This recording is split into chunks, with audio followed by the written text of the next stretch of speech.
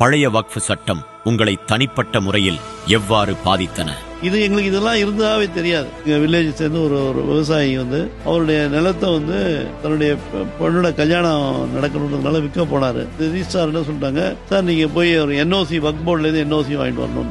இருந்த ஒரு சொத்தை அதை வச்சு கல்யாணம் பண்ணணும்னு நினைச்சாரு. அவரு அது ரொம்ப கடுமையா பாதிக்கப்பட்டார். எங்களுக்கெல்லாம் அந்த வக்ஃப் அப்படின்னா என்னன்னு சத்தியமா தெரியாது. திடீர்னு எங்களை இந்த இடமே எங்களோட தான், இது எல்லாமே இந்த ஏரியாக்குள்ளாமே எங்களோட தான், உங்களுக்கு எதுவுமே கிடையாது அப்படின்னு முதல்ல சொன்னாங்க. ஏன்னா எங்க நிலங்கள்லாம் நாங்கள் விற்க முடியாம ரொம்ப சிரமப்பட்டோம். மக்கள் எல்லாம் சேர்ந்து கலெக்டர்கிட்ட மனு கொடுத்தோம்.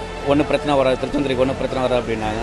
திமுக போன்ற கட்சிகள் சட்டத்தை தீவிரமாக எதிர்ப்பது குறித்து உங்கள் கருத்து என்ன? போர்டு இதை எதிர்க்கவே கூடாது. இப்ப இதே ஒரு மு க ஸ்டாலின் அந்த இடத்துல குடியிருக்காருன்னா அவர் விட்டு கொடுத்துருவாரு. அந்த இடத்த வகுப்பு போர்டுக்கு விட்டு கொடுத்துருவாரான்னு தான் என்னோட கேள்வி.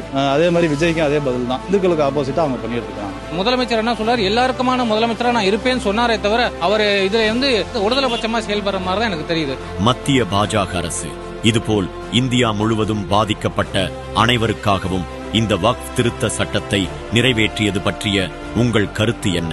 எங்க உரிமையை மீட்டு கொடுத்ததுனால அவங்களுக்கு ரொம்ப நாங்கள் கடமைப்பட்டிருக்கோம். பிரசன்ட் கவர்மெண்ட் ஜாதி மத இது இல்லாம ஒரு ஏழை எளிய மக்களுக்கும் சரி, நடுத்தர மக்களுக்கும் சரி, எல்லாருக்கும் சரி ஒரு நல்லது செய்யணும் அப்படிங்கிற மோட்டிவேஷன்ல தான் அவங்க எல்லாமே செய்யறாங்க. 100% நன்றி டு பிஜேபி.